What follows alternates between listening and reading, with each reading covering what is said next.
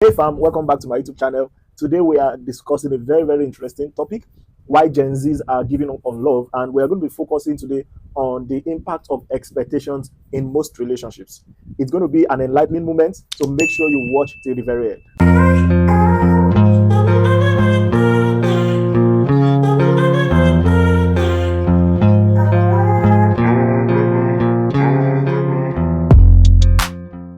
Let's break it down. What are expectations? Expectations are simply the contract you made in your mind and you refuse to speak out or you refuse to share with your partners. For instance, you make statement like, if he loves me, he's going to call me today. If she loves me, she's going to prepare a meal for me. If he loves me, he's going to send me a certain amount of money. All of those things are simply expectations that have no foundation in awareness. Expectations are not bad, though, but the problem is that when expectation becomes unrealistic or unspoken, they end up becoming silent killers in most relationships. According to a research, 47% of Gen Zs have given up on love, and over 60% claim that relationships are hard because expectations are not met. Now, think about it. You meet someone today, and next week they expect you to match their love language or to help them heal from their childhood trauma or even to take them on a trip or a vacation, and yet they expect you to be emotionally available like a pastor. All of these things in just how many weeks? Even some of your parents are not so present in your life as much as you expect someone you just met within a short period of time to be present in your life. So sometimes it can be unfair to have certain expectations, not because they are wrong, but because certain expectations are to be reserved for certain periods or stages in relationships. It's simply pressure, not partnership, when you come with demands that you know that they are not visible. And I think one issue is that a lot of people compare their relationship or they learn their expectations from the social media, from what the movies they've watched, from incidents that they have observed around them. And one thing they forget is that everybody have their individuality. Everyone are different, and you cannot compare somebody's relationship life that you observed from the internet to your own partner that you have just met or that you are just meeting and you are building something with. They are all different. Their stories are different. Their experiences are different. So, but when you just take one experience or one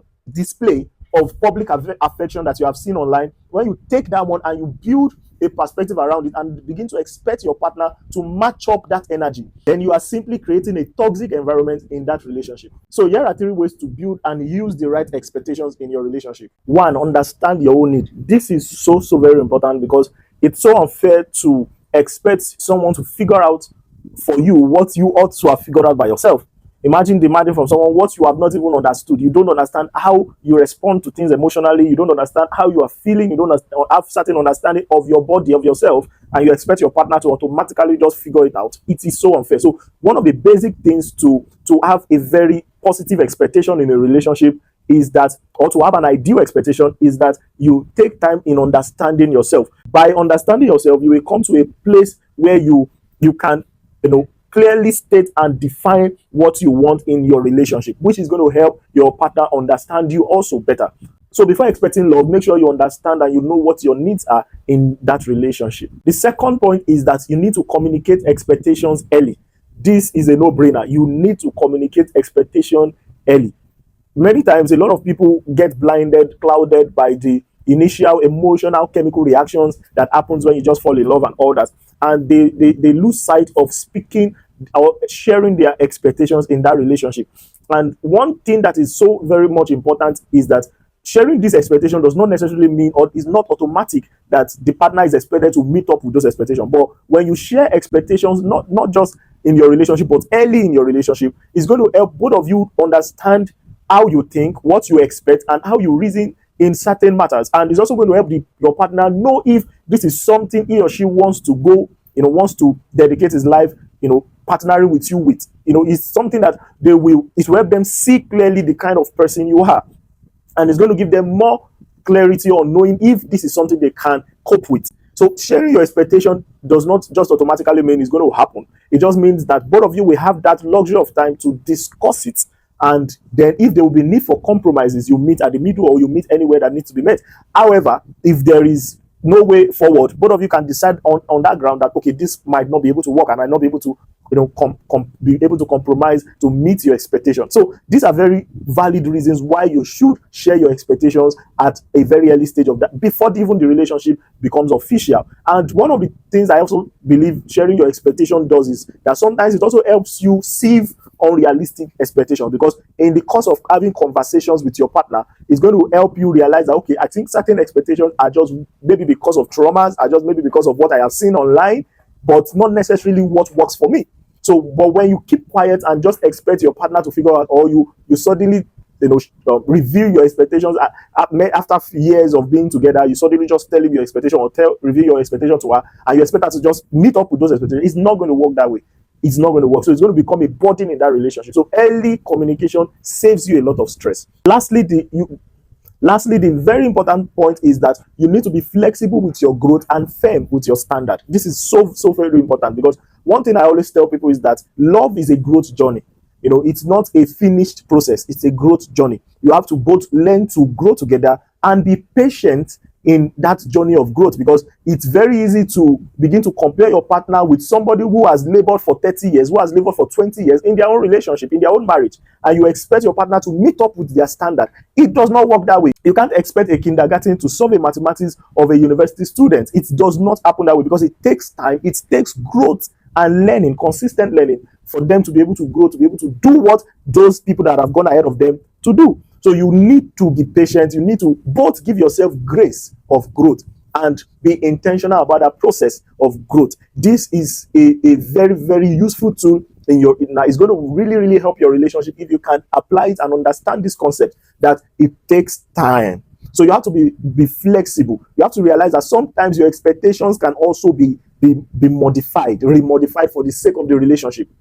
It's not every expectation of yours that should just work out the way you have it in your mind. Sometimes, for the sake of love, both of you will come together and make things work out. That is also the journey of growth. One person wants to live in UK, the other person wants to live in the United States, right? But when love comes, together, and both of you are intentional about growing together, you will come to a place where you realize, okay, what is actually not needed in this relationship? What is more important than the other in this relationship? Both of you will come to an agreement, and you realize things are not even as hard as they seem. So it is very important that you give yourself growth. Then, secondly, is that you have to be firm with your standard. The fact that I have said give grace for growth and all that does not mean you should not compromise certain standards that should be basic. For instance, you have an abusive partner that abuses you physically, hurts you physically, whether male or female, and you are telling yourself that, okay, I'm giving him time, I'm giving her time to grow. You you are on a long thing. It doesn't work that way. So you need to understand that the journey of growth does not affect or does not compromise certain basic standards in that relationship. So when a lady just thinks all about your money, she doesn't care about you, she doesn't reach out to you when you are sick, she doesn't ask about your growth or whatever you are struggling with. She doesn't really care about you. All she talks about is your money. When you don't give her money, she complains. When you give her money, everything just revolves around herself and what you can offer. That is a no-go area, because it shows that she doesn't care, and care is a standard. So any love that does not have care in it, it's a no-go area. You don't negotiate those ones, because it has to be a mutual feeling. It has to be mutual interest. It has to be mutual emotion, mutual response for a romantic relationship to be a romantic relationship. So when these basic things are not there, you don't negotiate it, right? So growth does not compromise standard. Rather, growth also works along with standard. So there are basic things that should not be compromised. At the same time, there are things that with time, they are going to get better. Both of you, when you are intentional about those things, both of you can grow together. And in short, one thing about growth is that growth makes the love story more interesting. Because when you guys have so grown together and you get to a point in your relationship that you just begin to laugh at the things you used to do at the early stage of your relationship. That's what growth does. So growth gives your relationship story, more juice, into it. So you need to be very flexible, with your growth journey, and be firm with your standard. All right, we've come to the end of today's episode. I know it's quite short. I wanted it to be short and precise, straight to the point. No time to waste time. Let me know what you think in the comments. Share your own experience with expectations, how it has affected you, either positively or negatively in your relationship. I will be waiting in the comment. And until next time, bye.